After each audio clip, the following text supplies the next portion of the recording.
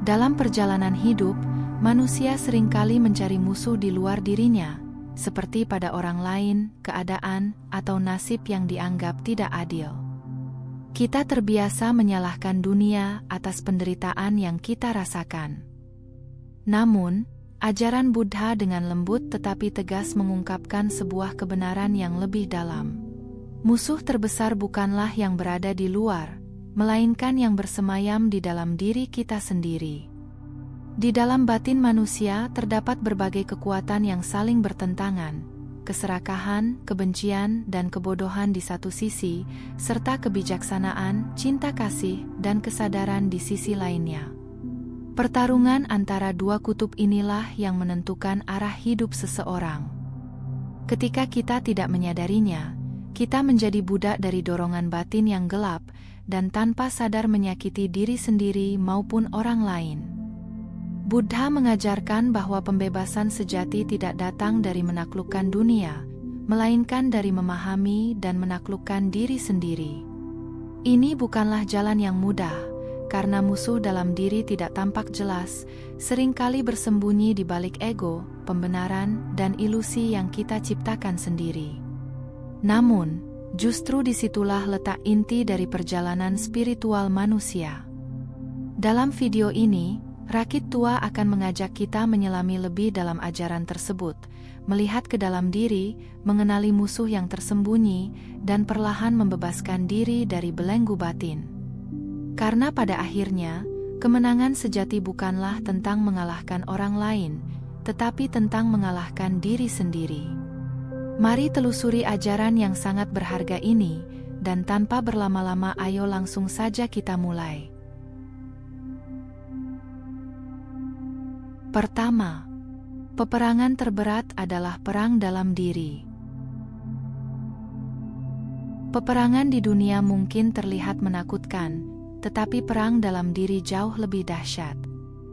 Ini adalah pertempuran tanpa suara, tanpa senjata, namun penuh luka yang tak terlihat.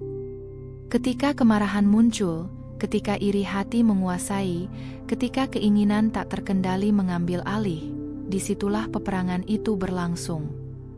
Tidak ada sorak kemenangan, tidak ada saksi, hanya batin yang bergolak dan hati yang perlahan terluka oleh dirinya sendiri. Banyak orang kalah dalam perang ini tanpa menyadarinya. Mereka mengikuti dorongan emosi tanpa kendali, lalu menyesal di kemudian hari. Pikiran menjadi seperti angin yang liar, membawa kita ke arah yang tidak kita kehendaki. Dalam ketidaksadaran itu, manusia hidup seolah-olah terikat oleh rantai yang tak terlihat, rantai yang sebenarnya ia ciptakan sendiri. Perang dalam diri bukanlah tentang mengalahkan sesuatu yang nyata, melainkan menghadapi bayangan-bayangan batin yang terus muncul. Ketakutan, keinginan, kebencian, semuanya adalah ilusi yang tampak nyata karena kita memberinya kekuatan. Semakin kita melawan dengan emosi, semakin kuat ia mencengkeram. Namun ketika kita mulai melihatnya dengan kesadaran, perlahan ia kehilangan kuasanya. Kisah Siddhartha Gautama adalah cermin dari peperangan batin yang paling agung. Sebagai seorang pangeran, ia memiliki segalanya, kemewahan, kenyamanan, dan kekuasaan. Namun ia meninggalkan semuanya, bukan untuk menaklukkan dunia, melainkan untuk menaklukkan dirinya sendiri.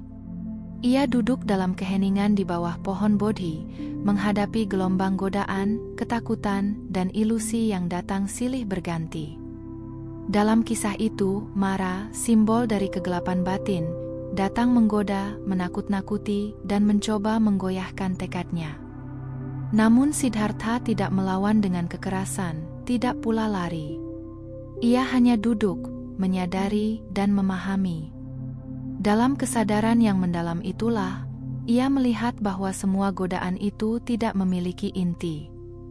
Dan ketika ia tidak lagi terikat, kegelapan pun lenyap dengan sendirinya. Dari situlah lahir pencerahan sempurna.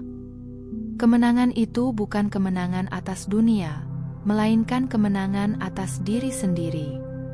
Dan ajaran ini menjadi pengingat bagi kita. Peperangan terbesar dalam hidup bukanlah apa yang kita hadapi di luar, tetapi apa yang kita hadapi di dalam. Ketika kita berani duduk, diam, dan melihat diri dengan jujur, disitulah awal dari kemenangan sejati. Kedua, menghancurkan kesombongan dalam diri.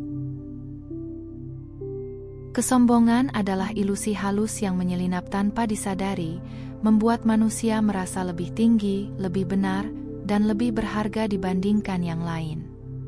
Ia tidak selalu tampil dalam bentuk yang kasar.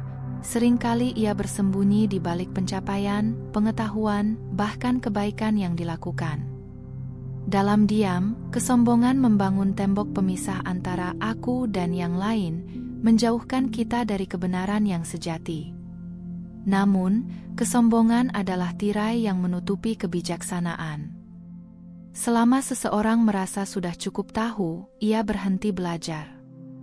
Selama seseorang merasa lebih unggul, ia kehilangan kemampuan untuk memahami. Dalam ajaran Buddha, kesombongan bukan sekadar sifat buruk, ia adalah akar dari kebutaan batin yang membuat seseorang terjebak dalam lingkaran penderitaan tanpa akhir. Menghancurkan kesombongan bukan berarti merendahkan diri atau menolak nilai diri, melainkan melihat diri secara jujur dan utuh. Melihat bahwa apa yang kita banggakan hari ini dapat lenyap esok hari. Bahwa tubuh yang kita puja akan menua, melemah, dan akhirnya kembali menjadi debu. Dalam kesadaran ini, kebanggaan yang semu mulai runtuh, digantikan oleh kerendahan hati yang sejati. Tidak ada yang benar-benar bisa disombongkan dalam hidup ini. Seorang raja sekalipun, dengan segala kekuasaan dan kemegahannya, pada akhirnya akan meninggalkan segalanya. Mahkota, istana, bahkan nama besar akan hilang ditelan waktu. Kehidupan tidak memberi pengecualian, semua yang lahir pasti akan berubah, menua, dan berakhir. Kesadaran ini bukan untuk menakut-nakuti, tetapi untuk membangunkan. Buddha telah menyadari kebenaran ini jauh sebelum mencapai pencerahan sempurna.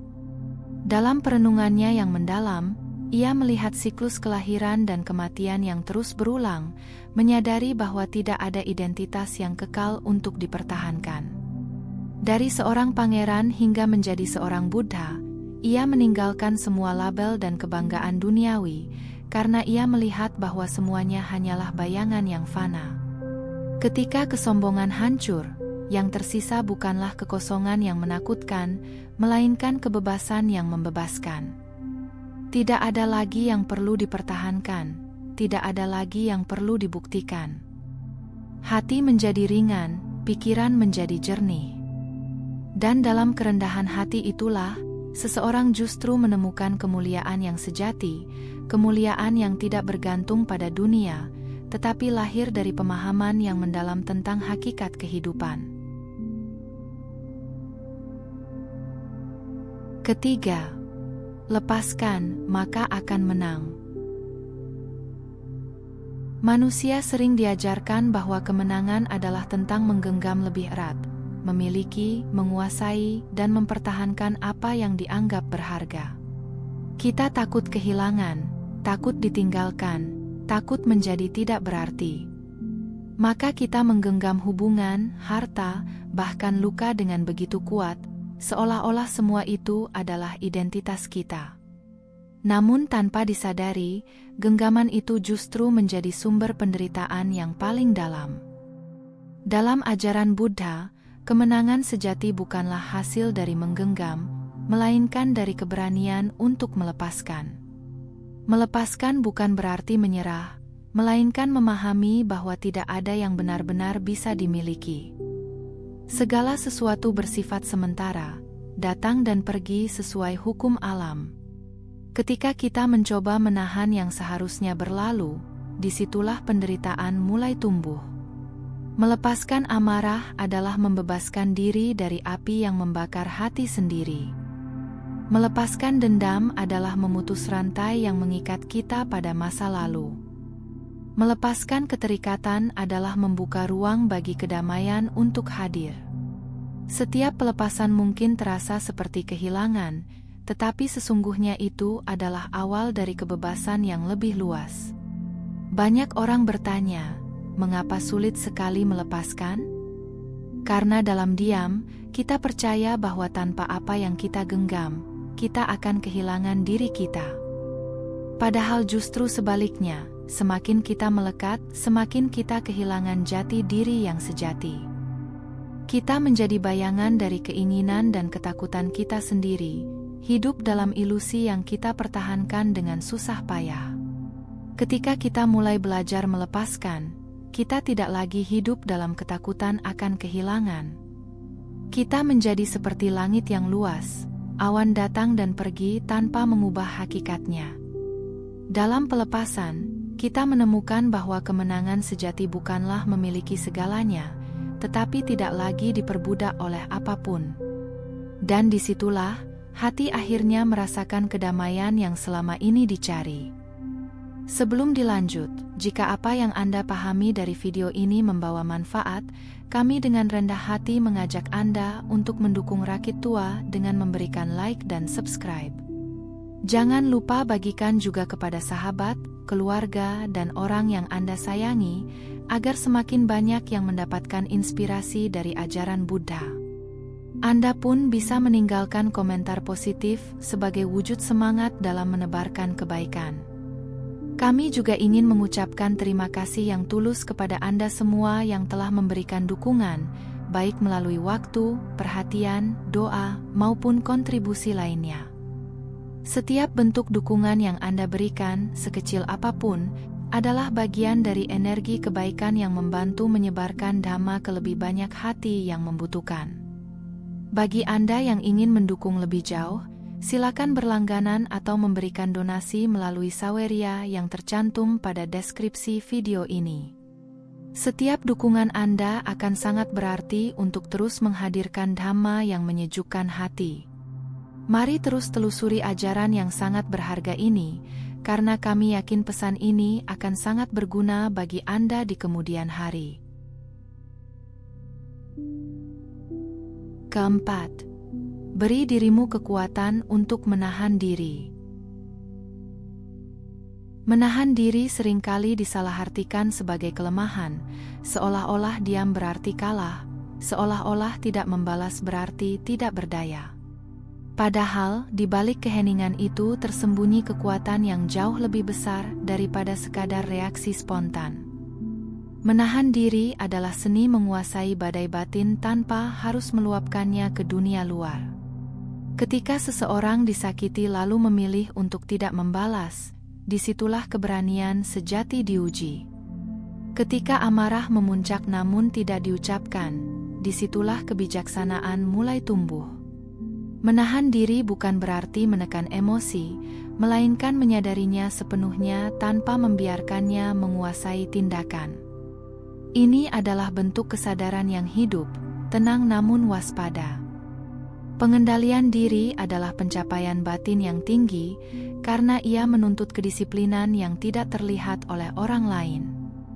Tidak ada tepuk tangan ketika seseorang berhasil menahan kata-kata kasar. Tidak ada penghargaan ketika seseorang memilih untuk tidak melakukan perbuatan buruk. Namun justru dalam kesunyian itulah, kemenangan besar sedang terjadi, kemenangan atas diri sendiri. Ajaran Buddha mengingatkan bahwa setiap tindakan memiliki akibat. Ketika kita tidak mampu menahan diri dari perbuatan jahat, kita sebenarnya sedang menanam benih penderitaan bagi diri sendiri. Sebaliknya, ketika kita mampu menahan diri, kita telah memutus rantai penderitaan itu sebelum ia sempat tumbuh.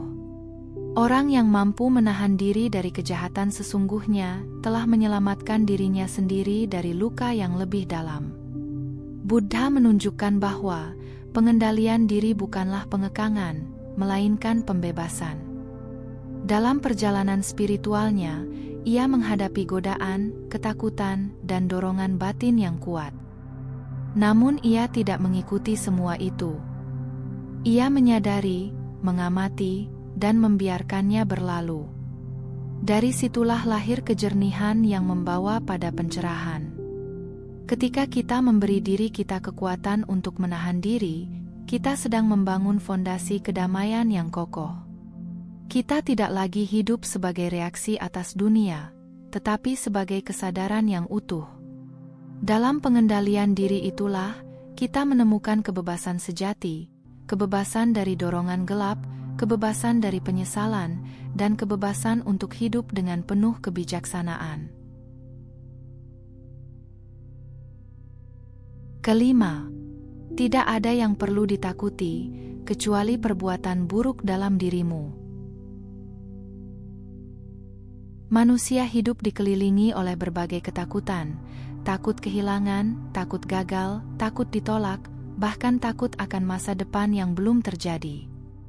Kita sering merasa dunia luar penuh ancaman, seolah-olah bahaya datang dari orang lain atau keadaan yang tidak bisa kita kendalikan. Namun, dalam keheningan ajaran Buddha, terungkap sebuah kebenaran yang mengguncang.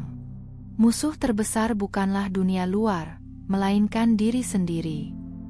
Ketakutan yang sesungguhnya bukanlah pada apa yang akan menimpa kita, tetapi pada apa yang dapat kita lakukan ketika batin tidak terkendali.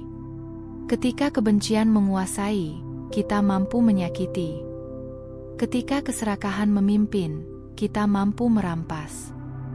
Ketika kebodohan menutup mata, kita mampu menghancurkan, bahkan tanpa sadar. Disitulah letak bahaya yang sebenarnya, bukan di luar, tetapi dalam diri yang tidak dijaga.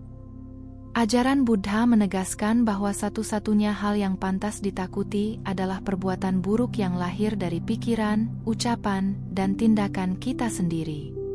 Karena setiap perbuatan bukanlah sesuatu yang berhenti begitu saja.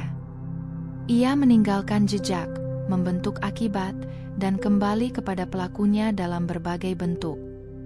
Apa yang kita tanam dalam batin, itulah yang akan kita tuai dalam kehidupan. Perbuatan buruk adalah bayangan yang mengikuti tanpa suara. Ia mungkin tidak langsung terlihat, tetapi ia tumbuh dalam diam, mempengaruhi hati, pikiran, dan arah hidup seseorang. Ia menciptakan kegelisahan, rasa bersalah, dan penderitaan yang perlahan menggerogoti kedamaian batin. Sebaliknya, ketika seseorang menjaga dirinya dari perbuatan buruk, ia sedang membangun perlindungan yang tidak bisa dihancurkan oleh keadaan luar. Buddha telah menunjukkan bahwa kebebasan sejati bukanlah bebas dari dunia, tetapi bebas dari kecenderungan batin yang gelap.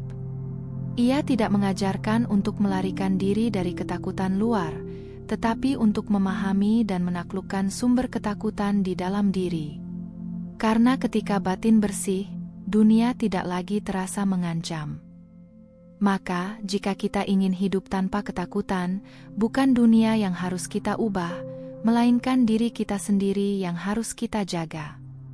Saat pikiran dijernihkan, ucapan dijaga, dan tindakan disadari, kita tidak lagi menciptakan musuh dalam diri.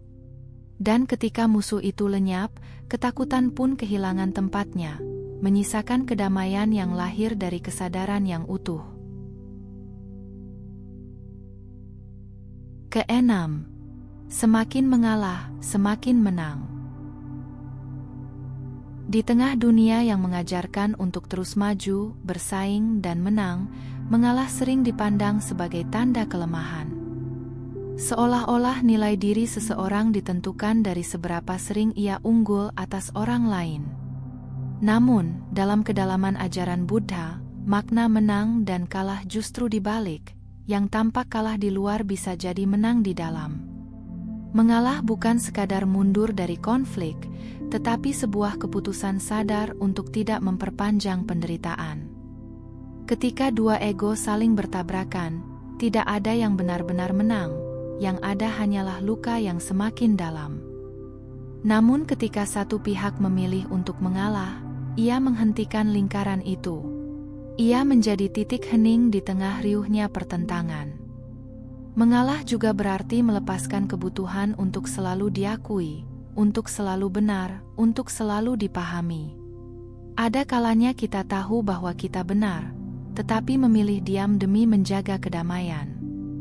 Bukan karena kita tidak mampu berdebat, tetapi karena kita memahami bahwa tidak semua kebenaran perlu dipaksakan untuk diakui. Dalam keheningan mengalah, ego perlahan kehilangan cengkeramannya. Ego selalu ingin menang, ingin lebih, ingin di atas. Namun semakin kita menuruti ego, semakin kita terikat padanya. Sebaliknya, ketika kita berani mengalah, kita sedang mematahkan dominasi ego itu. Dan disitulah kebebasan mulai tumbuh. Kemenangan tertinggi adalah kemenangan atas diri sendiri. Ia tidak mencari kemenangan dengan menaklukkan orang lain, tetapi dengan menaklukkan keinginan untuk menaklukkan. Dalam kebijaksanaan itu, ia menunjukkan bahwa kedamaian tidak pernah lahir dari persaingan, melainkan dari pelepasan. Mengalah bukan membuat kita kehilangan apapun yang sejati. Justru dalam mengalah, kita menjaga sesuatu yang jauh lebih berharga, ketenangan hati. Dan ketika hati tenang, kita tidak lagi membutuhkan kemenangan duniawi untuk merasa utuh.